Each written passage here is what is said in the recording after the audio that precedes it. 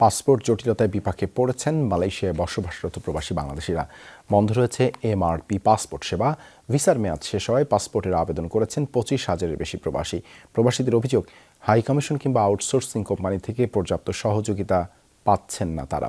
Malaysia থেকে সহকর্মী আহমাদুল কবিরের পাঠানো তথ্য ও চিত্রে ডেস্ক রিপোর্ট। মালয়েশিয়া প্রবাসীদের দীর্ঘ এই অপেক্ষা পাসপোর্টের জন্য। এমআরটি পাসপোর্ট সেবা বন্ধ হওয়ায় হাজার হাজার প্রবাসী প্রতিদিন ভিড় করছেন বাংলাদেশ হাই কমিশন এবং আউটসোর্সিং কোম্পানি ইএসকেলে। এখন পর্যন্ত মালয়েশিয়ার প্রায় 25,000 প্রবাসী বাংলাদেশি এমআরপি পাসপোর্টের জন্য আবেদন করেছেন, কিন্তু 6 মাস পেরোলেও এখনও সেগুলো হাতে পাননি তারা। এদিকে ভিসার মেয়াদ শেষ হওয়ায় এরই মাঝে অনেকেই হয়ে পড়েছেন অবৈধ, ফলে জরিমানা আর গ্রেফতার আতঙ্কে দিন কাটছে তাদের।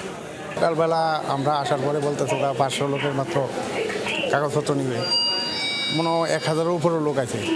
সবগুলো লোক মনে করেন বাইরের থেকে বিদায় করে দিচ্ছে কালকে আসার জন্য। কালকে আসলে যে সিরিয়াল টোকেন পাইবে এটার কোনো বিশ্বাস নেই। 500 থেকে যাতে 1000 বা আরও বেশি লোকের একসাথে একদিনে জমা নেওয়া হয়। আমরা বছর থেকে ছুটি নিয়ে কয়দিন আসবো, কাজ বন্ধ করে বছর থেকে ছুটি নিয়ে এখানে আসছি। এটা তো হয়রানি, বছরে কয়দিন ছুটি দেবো না। আমি এমআরপি পাসপোর্ট জমা দিয়েছি আগস্টে, গত প্রায় 3 মাস হয়ে গেছে। এমআরপি পাসপোর্ট হইতে এখনো সময় লাগবে, যার জন্য এটা ক্যান্সেল করে আমি ই পাসপোর্ট করতে আসছি।